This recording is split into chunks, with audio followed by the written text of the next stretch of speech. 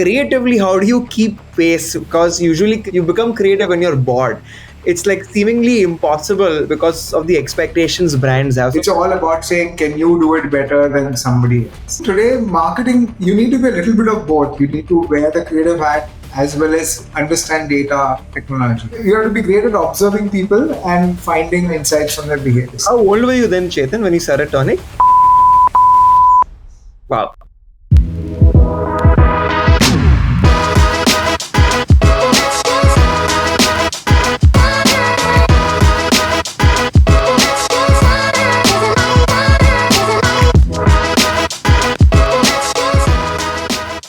Hey there, welcome to Marketing Mavericks with Indiefolio. Today we have Chetan Asher with us, who's the founder of Tonic Worldwide.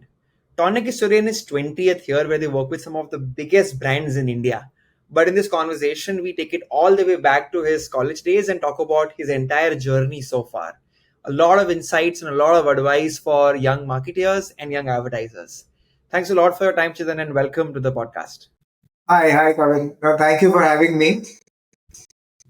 I mean, it's a pleasure to host you. I think, a lot of the people who've tuned into this podcast must have seen a bunch of work Tonic's done so far.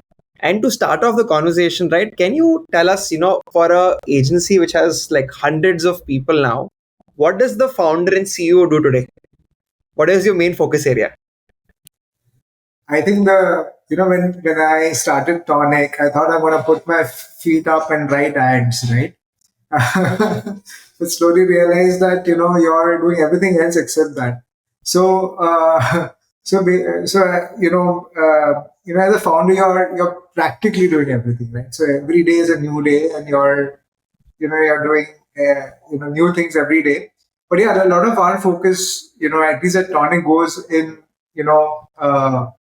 keeping us ahead of the curve, and trying to get our people, our teams ahead of the curve, and our clients ahead of the curve. So a lot of time is spent between people and clients.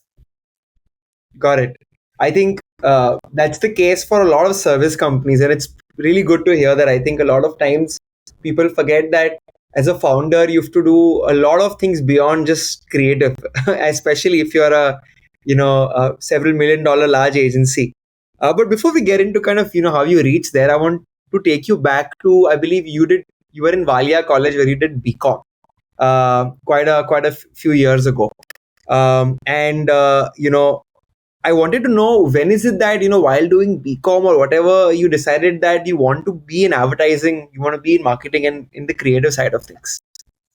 No, so I always wanted to be on the creative side of things. I was always, a writer. I had started my school, magazine. In college. I had again initiated the same similar thing. I had a magazine that came out.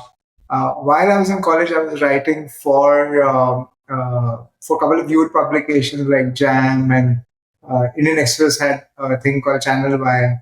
So always on the creative side of things. And just right out of college, I joined a company that was making a web directory for Lycos. Lycos used to be one of the search engines like Google. And then I just joined the a portal, right, a horizontal portal where I was writing travel content and stuff like that. So always been on the creative side of things, right? So it wasn't any grand plan saying I want to only do this or that, but knew very sure that it has to be in the domain of creative. Superb. I also actually worked on a magazine in my school and college, and I know so many people who've done the same. I think that's a really common denominator. Right? That's where it starts. Yeah, absolutely. But I must ask you, right? I think today, if I'm a young grad and I look at marketing, advertising, I'm very confused because traditionally you had to be a creative guy to do this. We just spoke about how you do a lot of people and client work today, right? You're not really traditionally doing creative roles, you're harnessing creative people. If you look at the broader aspect of marketing, what's trendy today or what's important today is a lot of data driven decisions, a lot of technicalities, etc. So according to you, would marketing be for a creative brain or would it be for an analytical brain as per you? So I think today marketing, you need to be a little bit of both, right? I think you need to wear the creative hat as well as understand data technology, right? Mhm. Actually, it has become very easy for somebody now to enter into a creative field, right? Because access is very easy now. You can create content very quickly. Um, I remember when I was trying to get into advertising, I had to make a dummy portfolio of print ads, get them printed, etc. But I was also interested in technology, so I put up my own portfolio website, and then I used to send that send that as a link. But today, for somebody, right from if even if you're doing some formal education in the creative field, you get to work on projects, and you're already creating your portfolio, right? Mm. There's a lot more avenues now, right? And Also the way technology is moving, right? Again, it is in a way everybody has access to technology, right? Now, if you want to, now the whole thing about vibe coding with AI, right? So if you have an idea about creating an app, you can go ahead and create it even if you're not a coder. Correct. So I think you need to wear both those hats because yes, creative is going to be a lot of it is going to be fueled with data. It was always, what you used to call insights, right? Now, basically, for you to do your homework for finding those insights has become very much easier. Mm. So you need to wear that hat as well. Yeah, I think everything is converging into one point. I think because Pele, I think people always have good ideas, but then executing them depending on what you know. And I Right. think now that's just a prompt away. So fully agree with that. Um, I believe in 2001 you were working in a company called Enable Interactive, and it said that it was focusing on digital. So how was digital in the early 2000s? What were your mandates? What were your focus areas, your work orders? So it was like I said, it was a horizontal portal which kind of branched itself into a web solutions company. There was nothing like a digital agency then.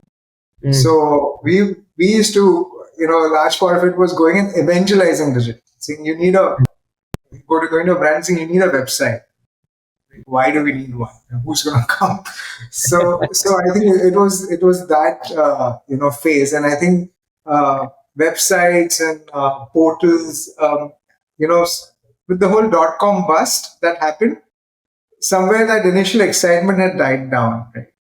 Mm. Similar to what's happening with a lot of new technologies, right? Initially there's a bust, and then it can dies down, then again picks up. Right? So I think it was that era, right, where they said, yeah, this is new, but it's still too new, right? It's still time Mm. away. So we used to have really fascinating conversations saying you need to start with a website. Right. But I must ask you, so you must be pretty young when you decided to, let's say, venture into a company like this right Right. after a burst. And generally, it's like really scary to kind of pick on a trend which is not a trend as yet. We're also in a very interesting space right now, which is obviously AI, and I'll pick on that later in the conversation. But a lot of young people today are seeing the world change, drastically. But hype, no hype is very scary. Like this whole NFT thing came and went, and it's kind of made people really scared. Yeah, should I double down on this or not? So what was your decision framework? यार digital में focus करना है, websites बनानी है, when literally nobody was doing that. No, it was, see, the writing was on the wall saying that this is going to be the next,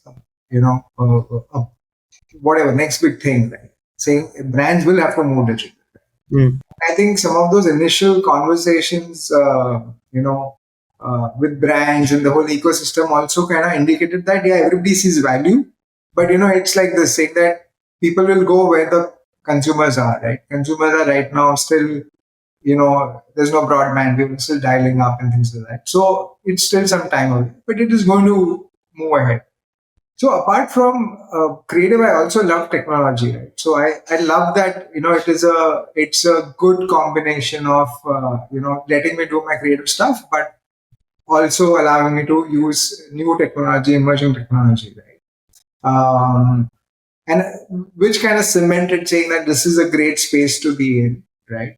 Um, and I was also fascinated with the whole mobile, ecosystem that was growing. VAS, if you remember, you have an operator portal and then you would download your content and wallpapers and things like that. So I think all of those things were also picking up, and I was already seeing the journey saying that it's kind of, mobile is kind of leapfrogging in a way that, people are not probably coming to a horizontal portal, but yes, they're going to, vast stores of operators and, downloading content or consuming content already.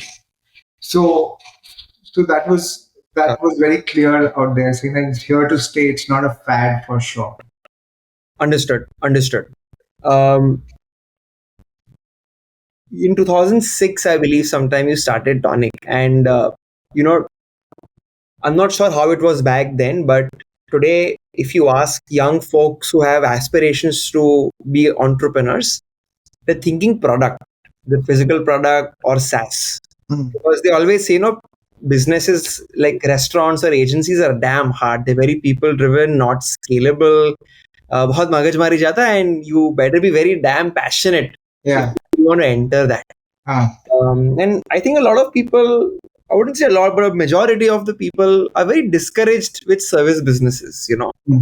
If you ask me, like, even I've kind of gone from a product network kind of a model to pretty much a service heavy operations today.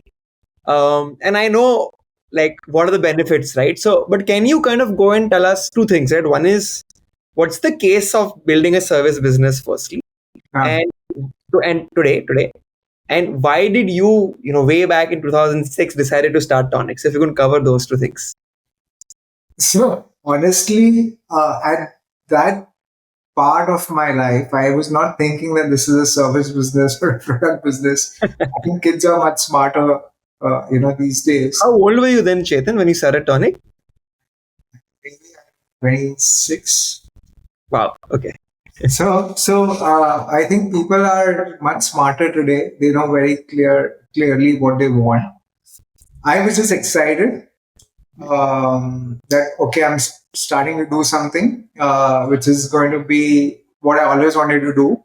A couple of years ago, I was knocking, doors of creative directors and showing them my portfolio and things like that. But now I'm going to be, doing it on my own. Um, so I think it was excitement, and also yes, there was also the fear of failing because I was also, um, trying to make the ends meet, and it was important that I don't fail. So from getting out of a comfort of a job and saying that I'm going to be doing this on my own, obviously that fear was there, but did not really give it a thought, right? Um, in see service businesses are not, see, every business is tough, right? I mean, if you talk to a product business guy, he will have a lot of other, a lot of problems, right? And if you talk to a service business guy, they'll have problems. So every business has its own challenges. uh, it's up to completely your mindset, saying that if you're going to be enjoying the journey, then that you will figure out a way to overcome the challenges, right? And if that's the case, then go ahead and just do it, right?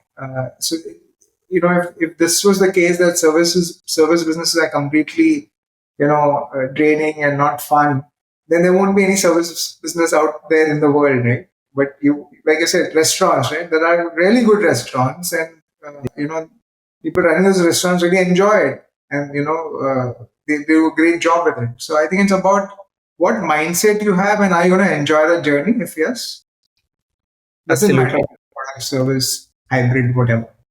Absolutely. I think, so many people who I know are wealthy today run service companies.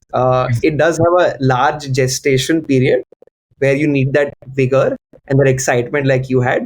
But then, if you play your cards right, I think it does compound after a certain inflection point. And, like, you can see revenue from day zero, which is I think so exciting. And you can only imagine that in SaaS where well, socho who will use you, etc., etc., and then you kind of go there. I had one more additional point to ask you. When you're starting a company, any company, you need a differentiator.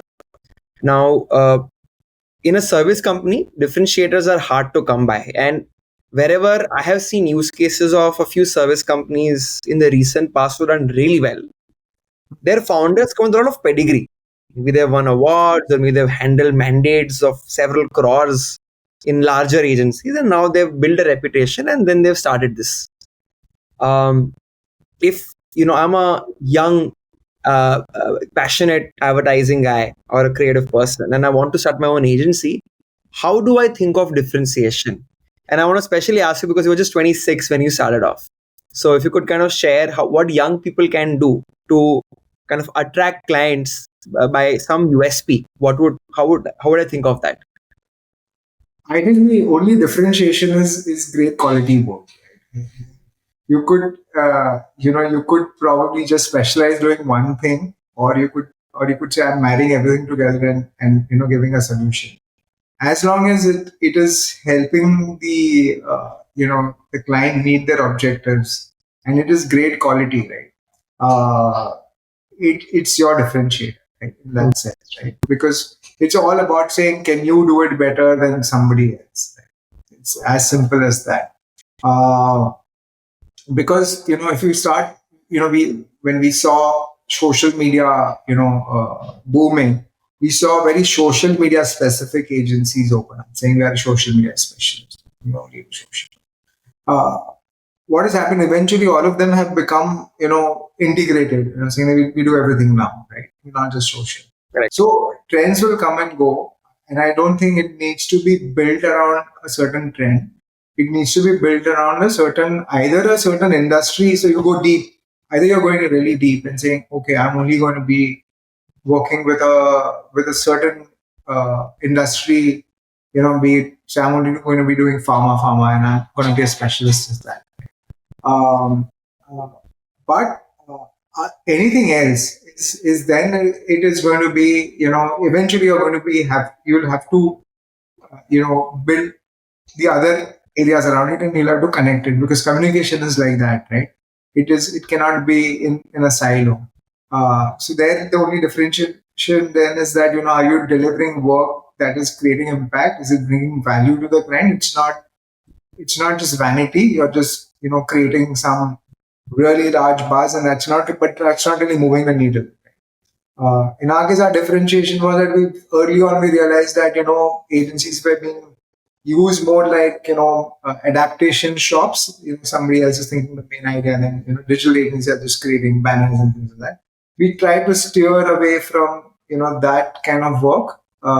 We let go of certain opportunities at that point, saying we don't want to be labeled as that. And then we were very clear that we are not here to just create one big buzz and then go away, where it doesn't really move the needle to the client for the clients. We're very obsessed about saying, if we want a seat in the in the large CMO table, right, and say that we are we are moving your business for you, then we need to create stuff that really moves the needle in terms of whatever your business objectives are. Is it sales? Is it whatever? And help you also measure it. Superb. I think my takeaways is solve a specific problem in the start for your client and do great work. I think that's a great framework. It's simple but really hard to execute. But I couldn't agree more here as well. Absolutely. On the being agile piece, right? I feel, so IndieFolio runs a network of creative people, and we often chat that it's so exhausting now to come up with ideas every day. And then also they have to be unique, they have to be new, they have to be fast, they have to be topical, etc., etc. And the algorithms also now award this, right? Kuch naya karo to something will kind of pick up.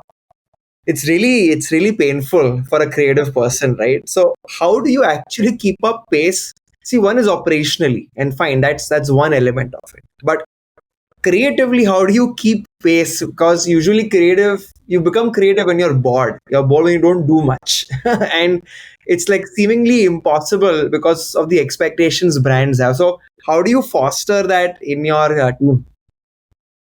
No, I think it's about building a creative culture, right? And I think today even creators, of course, understand that see, I think it also comes from, which again brings it back to the initial thing that I told you that uh, agency need to be invested in the brand. Right? And when I'm saying agency need to be invested, is basically the teams and those agencies need to be invested in those brands. Right? So uh, if I'm a writer and if I'm living and breathing that brand every day, then it's easier for me to think of ideas faster, better, etc. But if I'm jumping on one brand today, I'm working on something else tomorrow. I'm obviously going to burn out, and I'm not going to be able to be thinking straight. I'm not going to be on the right brand tonality, etc. So I think it brings back to saying that the one way to solve is, of course, creating a creative culture, creating systems, workflows, etc., which help the creative person, not create barriers, right? So, a lot of times systems and processes just create barriers for the creative people, right? So you need to make it completely frictionless for them, and then focusing on engagement, which is a little long term, so that your teams are thinking and breathing that brand, you know and they are and you're basically aligning it in a way where they're not jumping on one brand today, some other brand tomorrow. So Mm. I think that's the way probably to solve this. We managed to solve it. We have a structure where teams are aligned on a particular brand, so they're living and breathing that brand. They come as invested as the brand is, um, and that helps. One challenge with what you're saying, right, is the initial uh, gap you have in, let's say you're pitching to a brand and either they award you or you're pitching to win. And because you're a new partner trying to win that business, brands sometimes just don't have time to tell you ki main kya hu, kyun hu, etc. I think as you get more work and you have more awards and awesome stuff in your portfolio, that respect comes. But in the initial days, it's like really, really hard, right? So, how do you actually understand a brand as an external vendor? Any frameworks you folks use? So I think first thing is that we are all consumers, right? We, the starting point is to look at it from that consumer lens, right? For any brand that is coming up, right? Hmm. Uh, Two is, yes, of course, you're right, saying that to understand what the brand has been doing, what where it wants to be, where it should go in future, etc. It needs time and process, right? And Mhm. which is why we are not big fans of turning around pitches in a very short time. Right? Mhm. We communicate that to new opportunities as well, saying that we need time, right? Mhm. Otherwise, there is going to be a mismatch because initially it requires time to understand, and obviously in a pitch, honestly, you cannot understand a brand completely, right? What you're still seeing is an outside in lens in a way, right? Sometimes that's good, right? Because you're bringing a very fresh perspective. You're actually, like I said, you're seeing it from a consumer lens. But when we win the business and when we are starting, so we will need an immersion and we will need those workshops to align ourselves with where the brand wants to be. Makes sense. Makes sense. I often ask this to other marketing guests on the podcast, and I'd love your perspective as an agency owner, right? What do you think separates a good agency from a great agency? Uh, so how do you define good and great? I think that's where it matters. But I think one thing is consistency, right? I think if you're able to keep up that uh, quality of work that you're doing, right, consistent, right, and if you're able to move the needle for most of your clients, then yes, you're a great agency, right? But like I said, how do you define good or great? It changes. It's what lens are you looking at it from? Got it. Got it. Let me flip this. Okay. What separates a good client from a great client? So I think clients who are clear and completely transparent and do not look at the creative partners as vendors, but as partners, because it's in interest of any agency to build that brand as strongly as you would want. Because see, for all of us, calling card is our portfolio. So we want great stuff going in our portfolios as well. So I think if you're able to, if you're just clear, transparent, and treating your partners as partners, then you're a great client. Superb, superb. And as a parting thought, right? If I'm a young marketer, or if I'm a person who's young and wants to enter this advertising industry, what are the few focus areas I should double down on in the next year if I want to have a successful career? I would take a step back. I'm saying that if you are starting out and if you're interested in this world and this industry, right?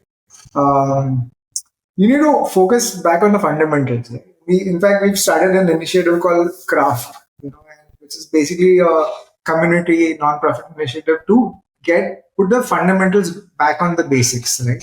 So if you are somebody who's wanting to be in this industry, then you need to fall in love with the consumer, right? Not fall in love with AI or new shiny toy out there. First, you need to understand people and how they're consuming, and what is the behavior. I think simple as that. And I always say that if you look at, for example, stand-up comedians, right? I think they understand consumers very well. True. So you have to be great at observing people and great at finding insights from their behavior. Right? That's the fundamental thing that you need to start with. Right? And then yes, of course, the second thing that probably you need to be, um, I wouldn't say obsessed, but you need to embrace is technology, right? Because it's going to